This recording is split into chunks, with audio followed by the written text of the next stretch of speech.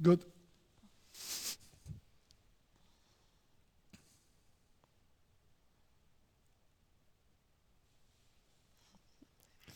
Welcome, dear Shelly, to the program. It's the starting point. It's the starting point of our conversation.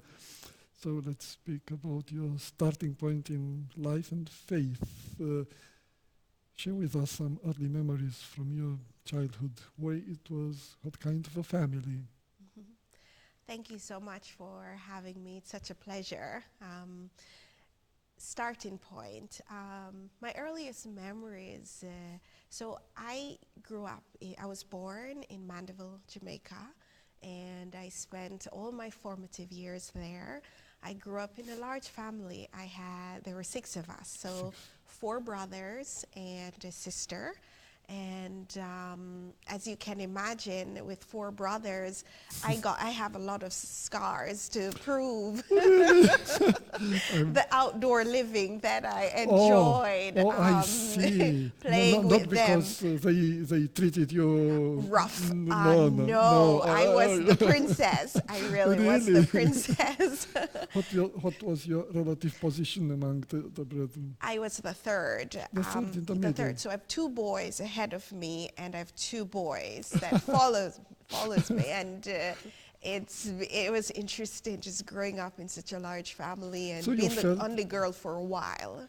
So you really felt like the princess? I really did feel like the Wow. princess. However, because I wanted to, or I wasn't really allowed to go out and play with neighbors, we always had to be together. I ended up doing a lot of things Boyish, that boys did. So I was quite the tomboy in terms of climbing trees. Yes, I was very good at climbing to the top of trees, being the smallest one. So there was always a race to the top there. Yes. And, Yes. you grew up in the city of Mandeville or just outside of the city? Just outside, around 20 minutes outside of the city of Mandeville, in a small district called Daly's Grove. And it was... It didn't feel so far away, it didn't feel so rural, or looking back, you realize, oh, I grew up in a rural community in Jamaica. But Jamaica being so small, you can get to anywhere in really a hot minute. Yeah. Yes. So what were doing your parents? Did you have a farm, a garden, or were they also working? I think your mother was a Yes. teacher. Yes. So my mother was she just recently retired, a special education teacher for over 23 years, well, at one school, but prior to that, she spent her career. So in special education teacher, she worked with kids that were hearing impaired, mute. That was her discipline. And so that's what she studied for. And the beauty of that story, if I may digress a little bit, is my grandmother worked at the local deaf school, which was about 15 minutes from where my mom grew up, right? And she worked at that local deaf school, exposed my mother to the children who were deaf. So when my mother decided to go to college, that was her inspiration. She got inspired to study, to work with the deaf as a teacher.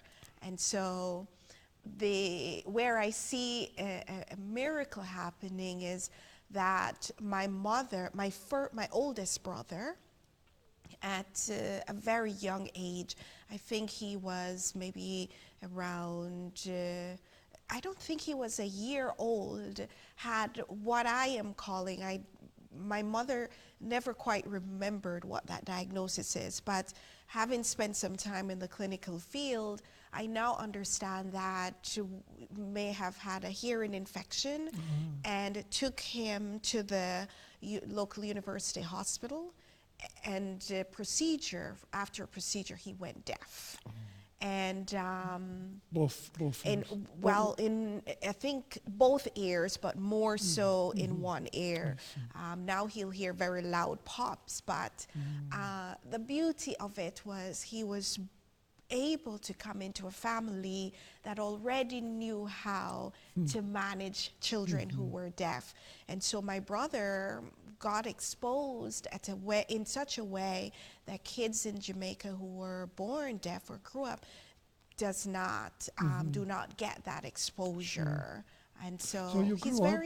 he's very socialized and So you grew up adjusted. with hearing impaired brother. Yes. So you learned to communicate with him. So yes, I learned to sign. All of us as children, because he was the oldest one, Sure. all of us learned to sign. My mother taught us, my grandmother taught us, and so we learned to communicate with him from very young, because by the time I came along, he was already 4 years older than I am. Yeah, Yes, yeah. Other yes. than that, I mean, how I have no experience with that, frankly. So how was he able to play with you, because children shout at each other to wait, to make signs. Yes, yes. It could be so disruptive, I think. I don't know. Well, it's interesting because as a family, we figured out how to work and what worked. And my mom taught us when we're signing to make sure we're facing him, and he learned to just Also be exactly lip reading, and he lip read. And most importantly, we just figured out as kids, because you don't realize that he's different. He's not different. He's just my brother. Sure. And so we figure out how to either poke him to get him to look at us or to yell at him in a way that he, understands that I'm mad at you. Simultaneously, he does the same. I never thought on that, but maybe being so close with such a person also enhances your facial expressions, because you rely more on non-verbals than Cues. on verbal, yeah? Yes, yes. You do learn to have that face to, you're mad or you're sad or, just to share that emotion. But also what it taught us was to be in tune to each other and our emotions, and that helped a lot with making sure he felt like we were all together in this, because the kids sometimes in the community could be bullies, and they would hurt him. And he went off to boarding school for early years while the rest of us were at home, and so we would see him on holidays, and we always had to make sure he still felt a part of the family when he got home, still being so young. Yes. Is he able to speak because he lost his hearing so early? So no, however, over the years, because now he's an adult, and he has learned to say, even because as a child he learned some words. So he's still able to say, for example, my older brother is Roger. And so he's able to say Roger because that was the sibling that was closest to him. So he learned his name, and he's able to say it, with the enunciations, he's able to pronounce his name. So in the society of Jamaica, is there a place for people with different deficits and things like that? Yes, and that was a lot about my mother's work, especially in the latter years of her career, was really going out and trying to make sure that there were systems in place. So we do have schools there. Like I mentioned, my grandmother worked at one. My mother taught at another one in another part of the island. However, once these kids finish school, they've worked to make sure the industries accept them. They've worked in hotels. Some of them go on to work in restaurants, and they're able to do a lot of things with their hands. And where I went to university, we had someone who was deaf there, who was part of the librarian, and that was an Adventist university that I attended. So he was employed and became a critical part of this university's staff. So the institutions have been socialized to accept these individuals. Now, within the United States, my brother is able to drive, and he's really socialized and integrated into society here. That's not yet reached. We're not that advanced in Jamaica where they're able to get a driver's license and do some of the normal things everyone else does. Yeah. Interesting. Returning to your childhood, so the educational level of your family was above average, I suppose. Yes, so yes, my mother definitely, had a college education and instilled in us the importance of education. Not only my mother, but culturally, education is very important to our parents, and that's what they conveyed to us in terms of, I remember my mom always saying to us as kids, reading maketh a man. Reading, it's a window to the world. It's a window to the world. But you're a girl. And especially as a girl. Especially as a girl. It was very important that Excuse me, we because go to school. there are places in the world where education is denied to girls. Yeah. It's a blessing to have grown up in an environment like I did in Jamaica, where boys or girls, we are all required almost, or held accountable to get out of all-age school or elementary school and get into high school. In Jamaica, to get to high school, you have to take an exam, and it's not free education. And it's quite, no, it's not. And it's quite a proud moment for you. So at that time, I sat what is called a common entrance exam, and the common entrance exam assigns you based on your pass level to a tiered high school. And it is quite a proud moment when you pass your exams and you're able to say, well, this is the school I'm going to. Very proud moment for the family. Yeah, so you did very well in school. I did, yes. I did. What motivated you? My mom, being a teacher, I was an avid reader. I loved to read, and she had a lot of books in the home for us to read, and I just spent a lot of time in there. What were your favorite fields of reading? Literature or science? Or anything. I would read anything. In my first grade in school, I remember declaring to my teacher that I was going to be a scientist. I am going to find a cure for a disease. That is, I remember distinctly declaring that. Do you also have any idea on the background? Why did you? The only reason was because I had a friend that I used to walk home with from after school. Yeah. And there was a period of time where she was not in school. And when she finally came back to school, and at that time we didn't have telephones, so I didn't know what happened.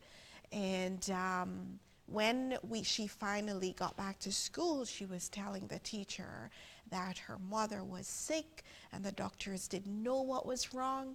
And I just stood up and said, I am going to find the cure for this disease, and so you will be fine.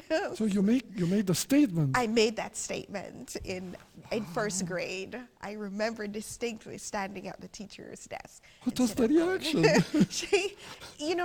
That's wonderful, Shelly. And you're going to do. She took it seriously. Yes, wonderful. Very supportive teachers I've had in my years. You or No. That's beautiful.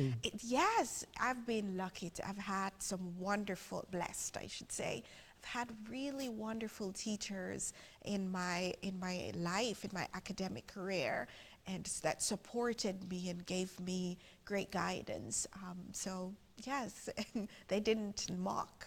It was really supportive. To the situation at home, I mean, educationally and socially, Yes. your family was above average, but I don't know about Jamaica, but generally speaking, teachers are not famous for having the highest salaries. Oh, absolutely not. So, and Yes. with 5 Yes. children, and Yes. Yes. yeah, did you have economic pressure at home? Yes, I mean, Yeah. it's 5 kids. Sure, sure. Yes, there was. My Did you- stepfather, who was a farmer, well, by the time he had worked, by the time we were older, he decided to have a small farm that exported foods to the U.S. And my mother was teaching, and so we were able to have enough to make sure we were satisfied. But of course, there was never enough of any one thing. With 5 kids and 4 boys who, as you can imagine, ate everything inside during those growing years. Yes, but we never felt disenfranchised. We never felt, yes, there were needs, financial needs, and but we never really felt as if we were not allowed to dream and make plans to grow up and do something because there was nothing financially there. My mother or parents never made that allowed us to have that as an excuse. So we just lived. We just lived. Did you have a garden? Yes. So you worked also in the garden? Yes, I didn't. I worked in the flower garden, but my brothers did. They worked in the farms. We planted sweet potatoes and just different foods and vegetables. We definitely had vegetable So that helped a gardens. lot. Yes, and fruits. We had a lot. We had an orchard of fruits on the Jamaica is property. a fantastic place for fruit, yeah. Yes, it makes me have a longing right Yeah, I now can for imagine. that. Yes, yes, yes. What would you like to have and you don't have, or maybe you have it, but not the same taste, not the same flavor, not Yes, it's texture. no, it hasn't. I have not found an orange or a tangerine or a plantain or a ripe banana that is as sweet as anything I've had on growing up. My stepfather also had we planted, I remember, planted a cucumber bed. We had cucumbers, and we would, if we were hungry as kids, we would just walk up there and take a knife, sprinkle a little bit of salt, and sit right there in the garden and have that fresh cucumber. Yes, yes, yes. So yes. Here, people, even if they have some trees in their backyard, they don't touch the fruit as if the only place to eat fruit from is the market, I mean the superstore. No. Interestingly, when I first came to the United States for school, I found it so hard to go into the store and buy fruits. It was never something that I did because, for one, we only ate what was available, what was in season. And sure. If ripe bananas weren't available, then you wait for it to, you go outside and look up at the tree and say, okay. But when they came, you had such a satisfaction. Yes, absolute satisfaction. Yes. So I found it quite difficult to, and one of the beautiful things, this is just fun childhood memories, because we had fruit trees on the property and part of it was for export and for market, we would, as kids, get one tree that belonged to us. Oh yes. And after school, we were always racing home to see if the one we had marked was ready. And my mother would say, when that is finished, it's finished, because the others are more. So were you patient enough to wait for that day? We learned patience, or it would be a very tangy fruit. Yes. Yeah, but children feel like it's better to have a tiny fruit today than to wait 1 more week for a bigger one. Right. But you see, it did teach us. It was an object lesson, because we also had a star apple tree. And in Jamaica, star apple trees are considered the meanest trees. Mm. That fruit will never fall. It will never, it will stay up in there, in the top of the tree, ripe, dry out, and will not fall off its stem to the Interesting. ground. And so we learn to make sure that you watch it until it's, and then you climb that tree and pick it. Makes no sense to climb it prior to, because it's a tall tree. And so you learn as kids. Yes, it was quite an object lesson in patience for us. Yes, and satisfaction, being content Yes. until it was ready. Yeah, yeah. Yes. Returning to school, did you have favorite classes? I did. I had favorite teachers, for one. I loved the sciences, but I hated math. I did not like math, which was very interesting, but It was related to the teacher, or it was? I don't know. I just it created quite a bit of anxiety in me for my math classes, and I had a good teacher. She taught my brother. My brother liked her, and so by the time I got to her class, I suppose I was supposed to like her too, but I don't know. It did not come to me as easy as everything else did.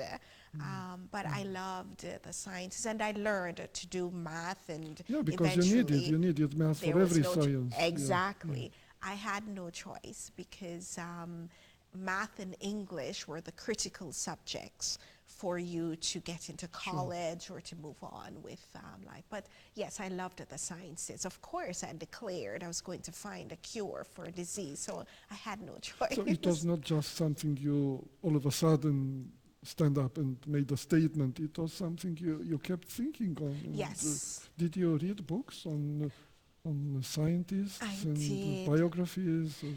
I didn't read any biographies. No. I didn't, and no one really taught me about Interesting. anyone For me, who that did. was the regular Way. Yeah. No, I just had a fascination about the butterflies. And I remember once, anything that moved.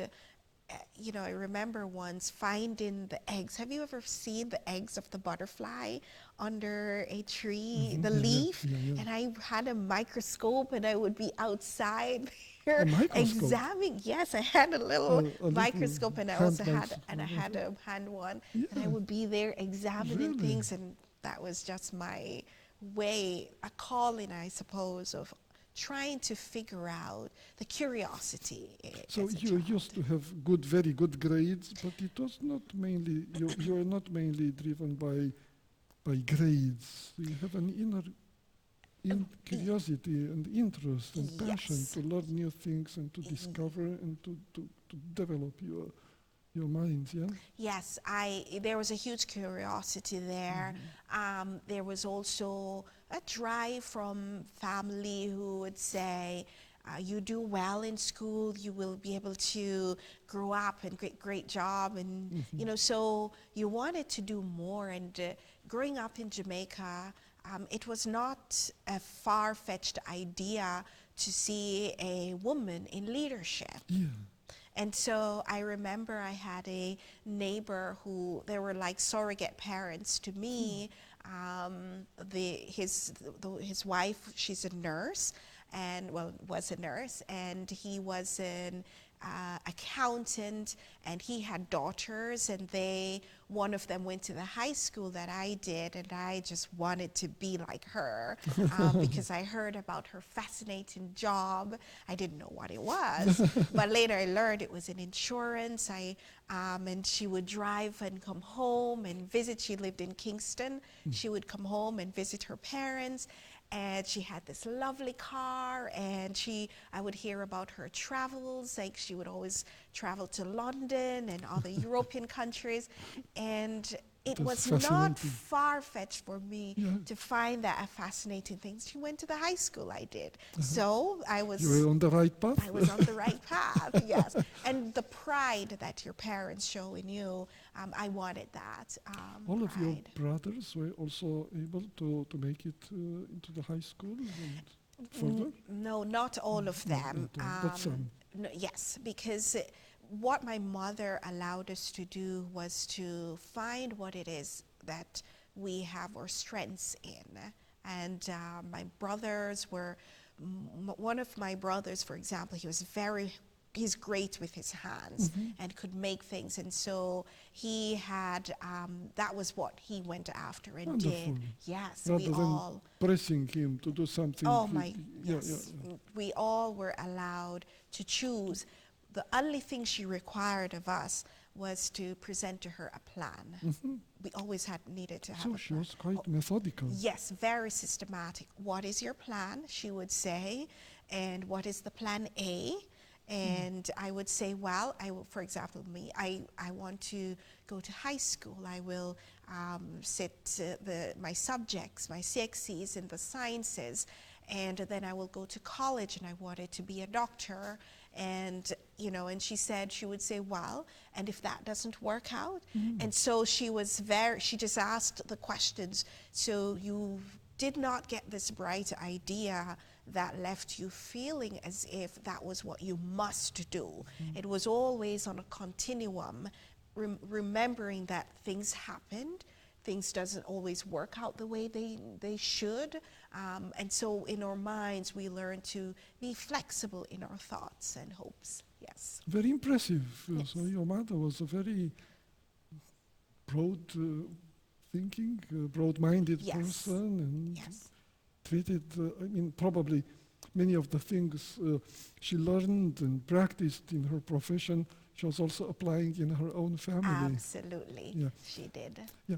Apparently, your mother was the driving force of the family. She was, still is. Still is. Yes. Not the father. No. I mean, my stepfather was always there, but what happened to the natural father? My dad passed away. Oh. Yes, he passed away. And what was your age at that time? I was so my father and my mother separated at 3, and then he passed away about 7 years later after that. However, my stepfather came into my life at around when I was about 4 years old, and so he was there. I was the last child with my father, yes. And then my younger siblings with my stepfather. You're the siblings it's a blended family. Did you blend in well? Well, my stepfather, and my mom, my 3 siblings, yes. So we're natural. They're my mother's children. Sure. And so, yes, you wouldn't know there is a difference. Wonderful. We're very, very blended and integrated together. Wonderful. Yes. Not always the case. I know.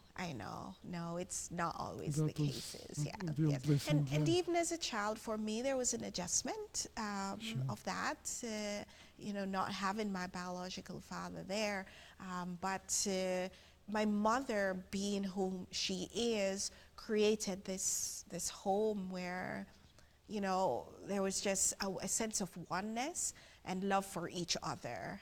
And she was very clear that we were siblings, and she was the mother to all of us, and we needed to love and support each other in So you way. Carry with you many treasures from your childhood, but we didn't discuss one key aspect of your childhood, the spiritual component.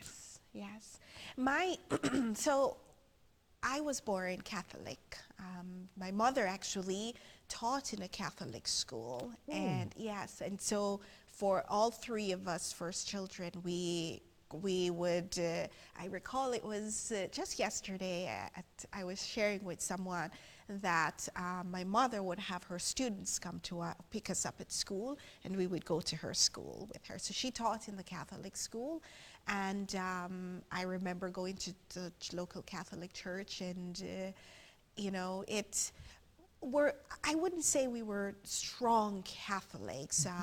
My mom perhaps more so than we were, because we were still kids and learning what that faith and what that looked like, but she was very much practicing and taught in the schools, and of course that required a certain level of accountability as a staff member in that environment. However, when my stepfather came into our lives, he was a second generation Seventh-day Adventist. As a matter of fact, his parents were the founders and one of the builders of the local Adventist church in the community where he grew up. And while he was not practicing, when he came into our lives, Jamaica is this 70% Christianity. You cannot help but be exposed to Christian values and faith, and it's almost a requirement that you go to church. And 2 blocks down from where we grew up was a church that my stepfather grew up in. And so they would send us to church as children. So we went to the Adventist church, and I realized there was a turning point, and this was in high school now. In high school. There was a turning point for our family. Two reasons. One, when I was in high school, I wanted to take dance. I wanted to be in dance. And the practice was on Saturdays, and my mother said no. She was not going to church, but she said no. And I realized in that moment that, okay, there was something that this was now becoming a very important part of our household.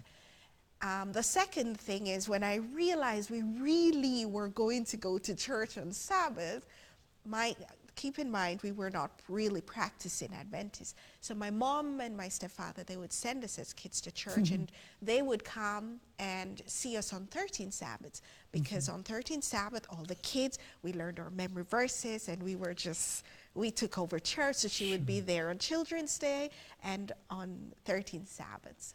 Well, I knew there was a turning point when, outside of 13 Sabbaths, my mom would show up to church, and I would be like, oh no, oh no, oh no. What this means is when we get home, the dinner would not be ready.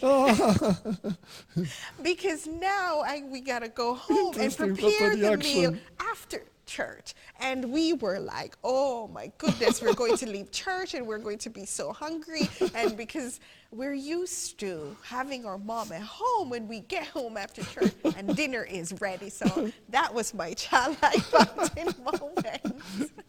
So I knew there was a turning point in our lives. However, it wasn't until several years later, I was about third year in high school, and what happened was my grandfather passed away, and we decided to move to live with my grandmother, so she would be. So my grandmother was a practicing Adventist, and we were going to her church, and that's when I truly decided to commit my life to God. They were the parents of your stepfather, I suppose. No, my mother's yes, because my stepfather's parents had passed away. Yeah. Yes.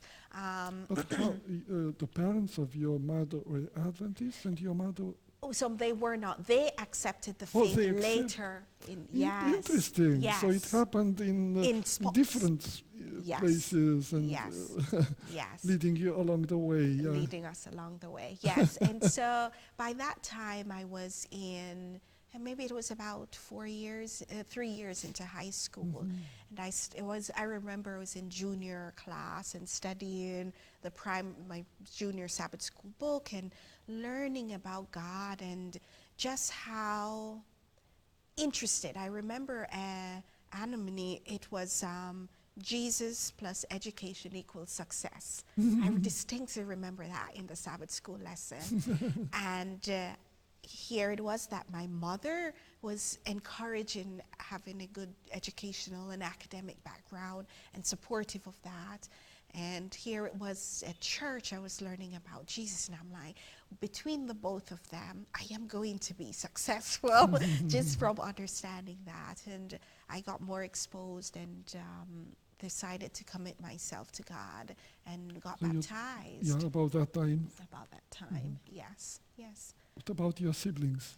So yes, and later years after I got baptized, my other siblings followed, and we're now a full Adventist family. And your Yes. mother as well. Oh yes, my mother actually is elder right now in the Yeah. church where Oh, yeah. we grew up. Yes. So Yeah. yes, they accepted the Lord At also. what time did you move to the United States? It was a decision of the family, or it was for your own pursuing your studies? It was academic. So I came to the United States for my master's degree. Oh, I see. Let's speak first of the college, of your Yes. college years, briefly, Sure. So my college years, I went to Northern Caribbean University, which is an which Adventist is Adventist, university. and I studied. Actually, I visited that school almost 25 years ago, and it was a college. Yes, Yeah, yes. So by the so I've time I been- graduated, it was a university. So I've seen Mandeville. Beautiful, yeah, isn't it? Yeah, Cool, very yeah, cool. yeah. Yes, and I decided I would. There is a story there. I did not want to go to the Adventist University. It was 20 minutes from home, and all my friends were going away to the University of the West Indies, which meant they got to board and lived away from home. I wanted that. You wanted a change. I wanted a change. My mother and my grandmother, they weren't having it. I'm convinced they have a phone line to heaven, and they rang that red phone line. And because I went, I interviewed, I sat the entrance exam for the university, and I learned later they lost my application. And then here I was, 20 minutes with all our friends, my mother's friends at the Adventist school, and once a friend of hers said, why don't you send her there? And, the application was literally brought to me. I completed it and submitted it there, yes. And so... And something very special happened.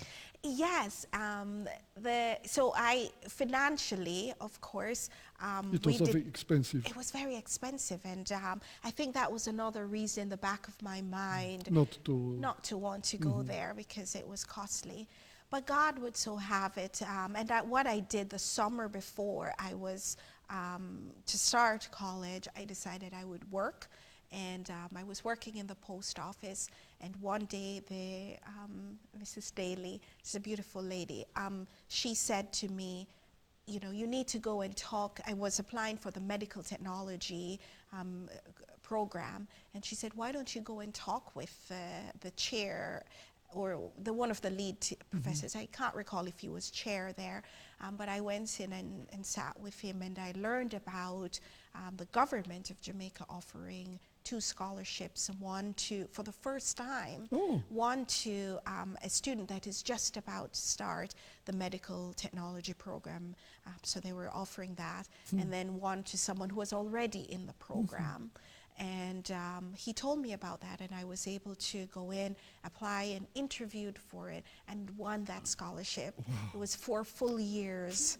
For the whole college? For the 4 years. Wow. Everything was covered. And I did keep my job in college, and then because I wanted to do medicine, I decided I would earn my medical technology degree and do a associate's degree in biological sciences. So I worked and paid for that degree, yes. What was next? And then after that, I decided I would, once again, my mother, and her plans. She one day said to me, after I started practicing as a medical technologist, she said, if you have plans to go on to further your education, now is the time to do it, she said.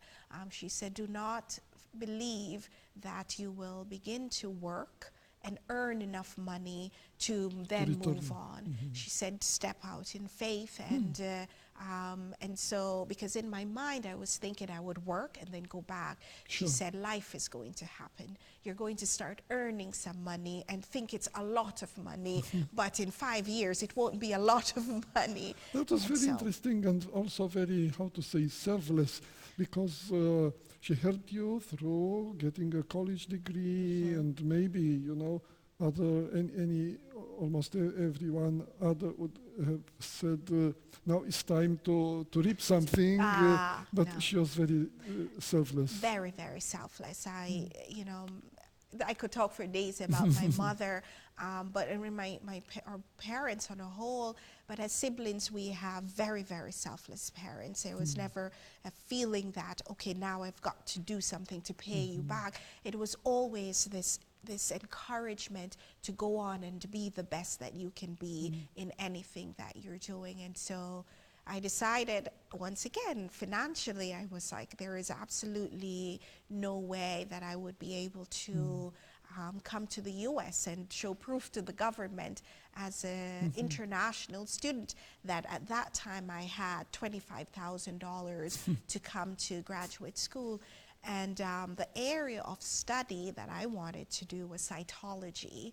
And this was a study of cells. Once again, going back to my first grade declaration of finding a cure for cancer, I wanted to be still continued, and I wanted to study to become a cytologist. And as a cytologist, I would study cells and figure out what was happening with this cancer. And so the Medical University of South Carolina was the only university that offered this degree, and this was where I wanted to come and study. And I applied, and I got my application accepted, and I had no money.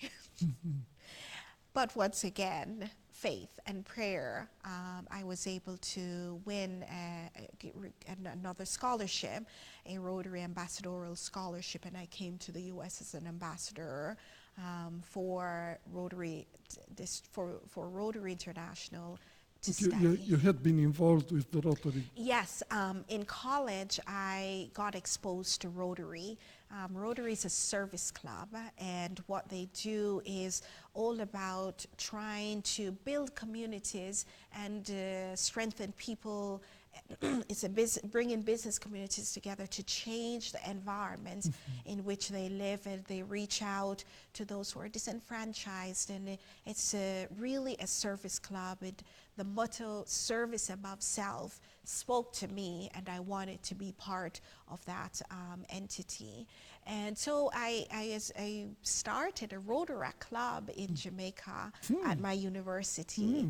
And when I completed that, when I graduated undergrad, I then got involved at the international level and continued for that year. And so when I decided to apply, a Rotarian, once again, they're great mentors, said to me, why don't you apply for this scholarship? And it was quite a mad rush to get the application in and accept it, and I got accepted, and I was able to come here. And it was a good program for you? It fulfilled your expectations? Yes, a very rewarding program. And you know, God in his amazing wisdom knew why it is I needed to go to a university like the Adventist University that I did. My faith, my values, my Christian strengths got developed, and I was ready to be in this country on my own and still maintained the core of who it is that I am, and remain humble, you know, as my mother taught me to be. So yes, then I came and I studied, I completed what should have been 1 year. I earned my licensure to practice as a cytologist, and decided, I then got another award from the American Association of University Women to earn my Master of Science degree as a cytologist. And yes, I was there. But somehow I think you didn't follow exactly on that. No, what happened? I didn't. So, you know, I realized that medicine, somewhere along the line, medicine fell aside, and I was now focused in on these very individual and specific disciplines. And in this discipline, I became a cytologist, and I decided now I wanted to go on to be a cytopathologist. And I applied. I was applying for school, and one day I had a conversation with a mentor, and I was getting ready. This was just before I graduated with my master's degree, and she said to me, I do not see you in the lab with rats all weekend. I do not see you being that person. She said, you have such a wonderful personality. I think you need to do public health. And I said, why? And she said, because you can talk to a politician. Actually, she said, you can talk to a doorknob and make it turn. So she was just identifying my strengths. So she knew well. She knew well. She knew well. And I was so appreciative of that, because at that time I had gotten involved in understanding racial inequities and health disparities, and what were some of these social determinants within the environment that were creating such disparities in health for some of the more disenfranchised. I think where she also came to understand for me is, I remember being in the hospital one day, and I was looking at a breast aspiration from a woman that I knew the zip code. I understood where she lived, and by that I could do her social demographic profile, and I realized that she had a positive breast cancer. She was going to be positive for breast cancer based on what I was seeing. So of course we would move it on to pathology for a tissue exam. However, for now, I was writing off.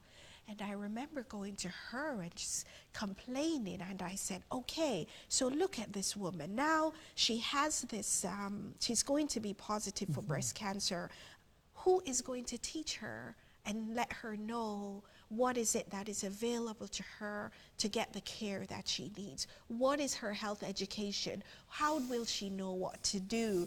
And that's when she said to me, I think you need to go into public health. Public health. Yes. You did it? I did. Where? I did. So I went on to study, do my PhD in public health, specifically health promotion, education, and behavior, and at the University of South Carolina. Oh, still the same university. Well, no, I was at the Medical University of South Carolina. I see, the same place. But right, and so I drove now that was in Charleston, South Carolina, and now I moved to Columbia, South Carolina to study, to earn my PhD in public health. Your research was on what? So my research in public health was around HIV. So yes, HIV and AIDS, and what I wanted to do was understand what were these systems that were in place to help those to educate, not just help, but to educate those who were high risk. You could see what it is, who those individuals were, but what at the larger policy level was in place to help those who were trying to combat the disease. And so I was able to look at interventions that were designed for individuals that were at risk, and see why is it that you create these interventions that were designed within a scientific environment, so very controlled environment. Why is it that when you take it out of this controlled environment and you put it in an applied setting, you were no longer seeing the outcomes you would expect? And so I wanted to understand why. And I went on to spend some time in 2 years really focusing on understanding that, and created this framework that recommended back to the field that if you are, or when you are designing these interventions, there are key constructs that you need to consider, and part of this key of which is the relative advantage, because people are doing something we say in the grassroots already, and it's grassroots because we understand this population out here, and we have tailored a grassroots intervention, so I can speak to them. They realize that I understand them, that the system that within which I'm working with, I understand what the infrastructure is. This is the intervention I'm having here. However, from a policy level, you're trying to have me implement what you have created in a very clean environment. So when it comes out here, this is why it's not working. And so there needs to be, in the research, in my publication I put back, there needs to be the opportunity to tailor, to adapt, to make sure that for me, the relative advantage of trying something new will be effective to the outcomes I am trying to get at, because you have designed it, this purest kind of intervention in such a way that I can apply it here. When did you finalize this research? How many years ago? So this was in 2007. Yes, so quite a number of years quite ago. a number of years ago. In the meantime, have you seen a progress in this respect? Do you think the intervention plans which are developed nowadays are done in a way to make sure that when the application phase comes, they really fit and they are effective? Yes. Yes. Yeah. So while I did not stay in HIV, going back to that childhood declaration of cancer, I went back to my first love of studying around cancer. However, kept it at the policy level and was able to maintain this policy framework thinking level. And to your point, yes, I've seen where the conversation since then is happening, it has been happening, and there is more so. For example, now my work is totally focused in diabetes and chronic illnesses as a whole, but still at this intervention design level and what will work in the field. And that is part of that knowledge that I've been able to bring forward into my practice right now as a what you would consider public health scientist. That is what I'm offering back to the field, and being part of that conversation that contributes to, no matter what the health issue is, no matter what the disease is, when we're thinking about these interventions, we have to think about those that are on the receiving end of it, where they are, what is the complexity of their situation, and why is it that it needs to inform how we're thinking about what we ask the institutions or environments to implement to address these health issues. Yes. So you see good signs of hope that research, as expensive as it is, and consuming some of the best human and material resources of the country, little by little, they will fit better in the real life situations and bring about real tangible results. Yes. As an applied researcher, I get to be part of bridging that gap. Translating from the laboratory to the grassroots, to the field. Absolutely. Yeah. So that's where I sit right now as an applied researcher, and being able to go back to that day in the lab and thinking, now that you have this result, what is it that will need to change within your home? What is it that it will call for in order for you to have survivability to get over the illness that you're about to go through, and have good health outcomes and a quality of life that you will be able to still, as if you're a mom, take care of your children. If you're a dad, still be present in the home as a provider. So yes, as part of that applied sense, I'm into the business of translating for these individuals. That's very, very interesting, because many people think interventions and treatments and things like that are, they are very sophisticated processes in terms of cures and treatments and surgery and everything. And that's, of course, quite complex and more complex. But it's also this social and interrelational and cultural and economical side, which is almost as complicated or complex as the actual intervention. And without, if we neglect that, we could have like $1 billion treatment in place, but not reaching the people. Exactly. I mean, if we look at the U.S., it is known that their publications show that we have one of the best medical infrastructure, but we have terrible health outcomes. Part of that is the costliness of these interventions that those who are at the grassroots level cannot necessarily afford. And goes back to when you were thinking about the design of some of these interventions. Did you think about who it is that is most likely to be the patient that you see that will need to take care of this? Because environmentally, we know a lot of, if you live, we have a theory called the weathering effect. The weathering effect suggests that if you live in an environment where you're consistently at high stress, you're a dad, a mom, or a single parent, you're trying to make the bills. You're constantly worrying about paying the bills. Do I buy my medication or feed my children?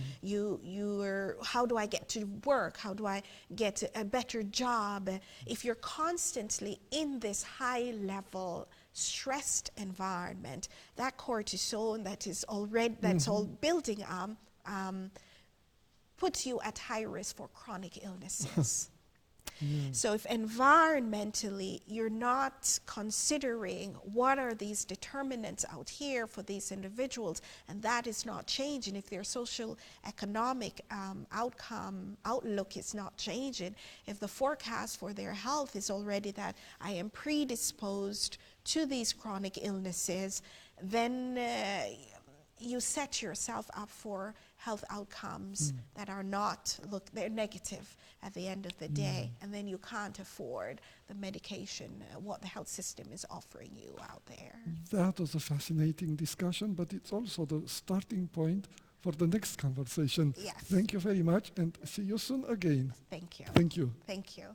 My pleasure.